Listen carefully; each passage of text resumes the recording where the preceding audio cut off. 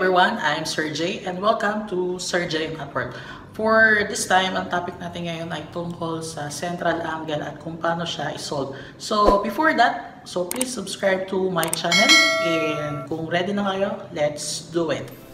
Central angle of a circle is an angle whose vertex is the center of the circle. So based on the given or based on the definition, matatawag siyang central angle kung ang kanyang angle or yung vertex na mismo ay nasa center ng circle.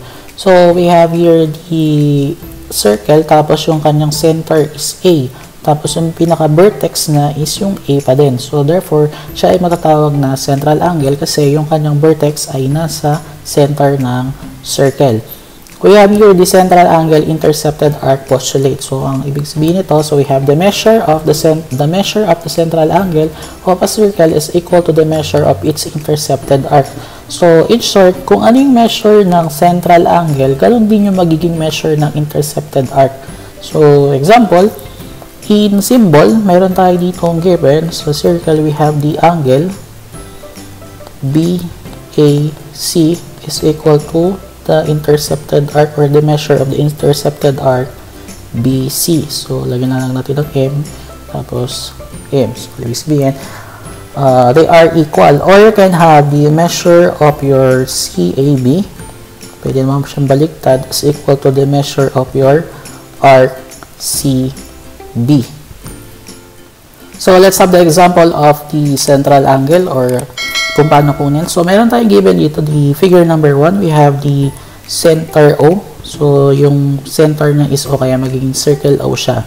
So the intercepted arc AB has 82 degrees. So we have to find for the AOB. So ano ba yung AOB dito? So ito yung A, papunta dito kay O, tapos papunta dito kay B. So yun ang kukunin natin, is yung angle AOB or yung measure ng angle AOB. So based on the definition or the postulate ng ating central angle, equal lang siya sa intercepted arc na. So in short, intercepted arc, ito yung kung ano yung kaharap niya.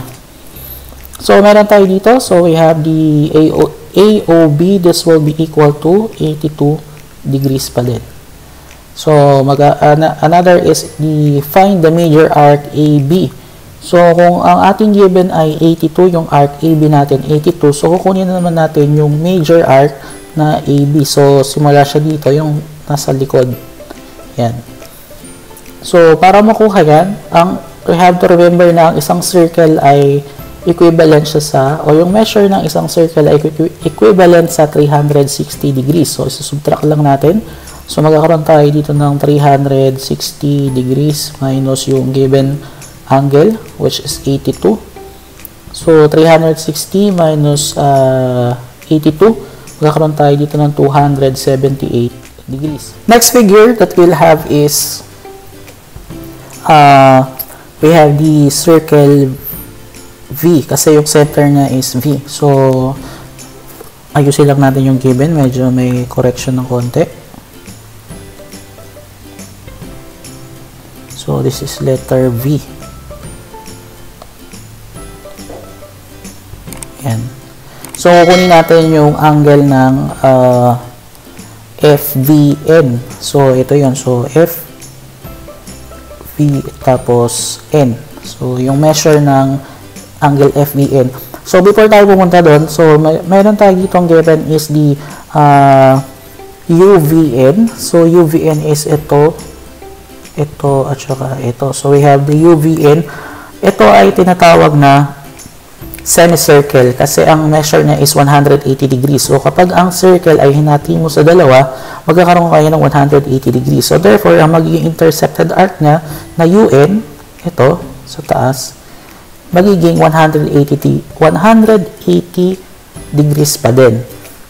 Next is we have the 20. So 20 and 20, they are equal kasi yung UVF ay central angle din. So therefore, yung UF, ito, arc UF is also 20 degrees. So in this case, kukuha tayo ng measure ng FVN. So meron tayo ditong 20. So itong part na to at saka itong part na to is also a semicircle. So, pag ito yung buong na to is also semicircle. So, therefore, para makuha natin yung FVN is gamit tayo ng 180 minus yung given angle na 20. So, magkakaroon tayo ng 180 minus 20. This will be 160 degrees. So, therefore, ang measure ng FVN, angle FVN is 160 degrees. Next is to find for the arc FN. Since meron na tayong 160 and they are equal, so therefore, this is also 160 degrees. Next figure or next circle, we have the circle A. So, medyo natakluban lang ng konti yung sa taas kasi hindi ko napansin yung sa paglagay. So, before, pero we can solve this given. So, we have to find for the arc FB. So, yung arc FB natin is ito. So, based on the given, meron na tayong, or based on the figure, meron tayong central angle na 60. So, therefore, yung FB natin is magiging 60 degrees. Next is we have the EF. So, yung kukunin natin yung dito. So, this is the EF or the arc EF. So, meron tayo ditong 60, tapos yung E, tapos tsaka yung B, is considered as semicircle siya. So, magkakaroon tayo dito ng 180 minus 60. So, 180 minus 60 ay, this will be 120 degrees. So, ayan yung magiging measure ng arc EF. Next is TBC. So, ang BC natin ay ito. So, meron siyang central angle na 52. So, therefore, this is also 52 degrees. Next is the DC. So, ito siya. So, DC.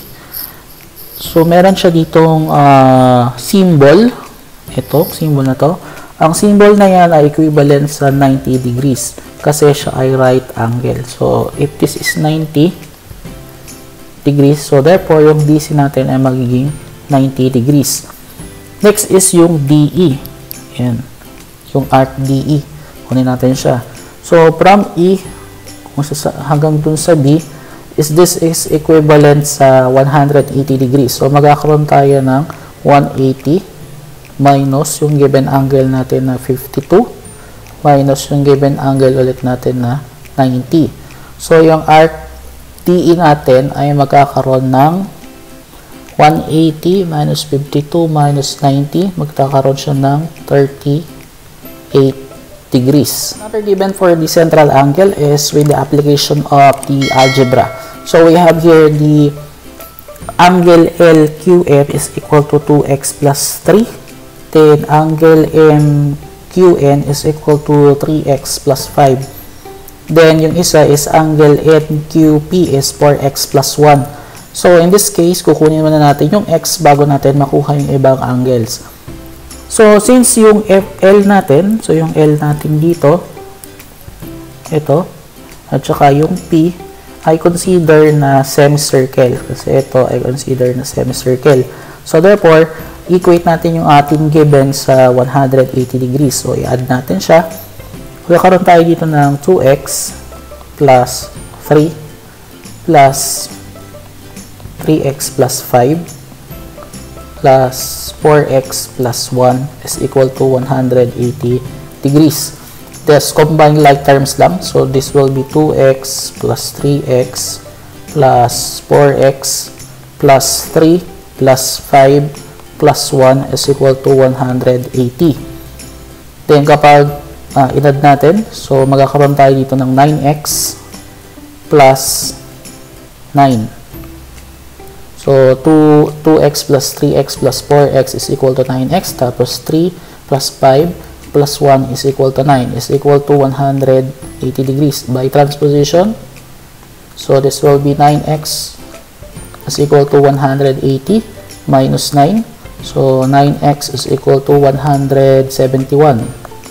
Divide both side by 9. So, yung x natin is equal to, so, cancel out. So, 171 divided by 9, the answer is equal to 19. So, therefore, yung value ng x natin ay magiging 19. Next given is to find for the angle NQP. So, for the angle NQP, meron tayo dito ang given is from N, Q then P. So ang given natin dito is 4x plus 1. So this will be equal to 4 times yung value ng x natin is 19 plus 1. So it's equal to 4 times 19 plus 1 is equal to 77 degrees. So yun yung magiging value ng NQP.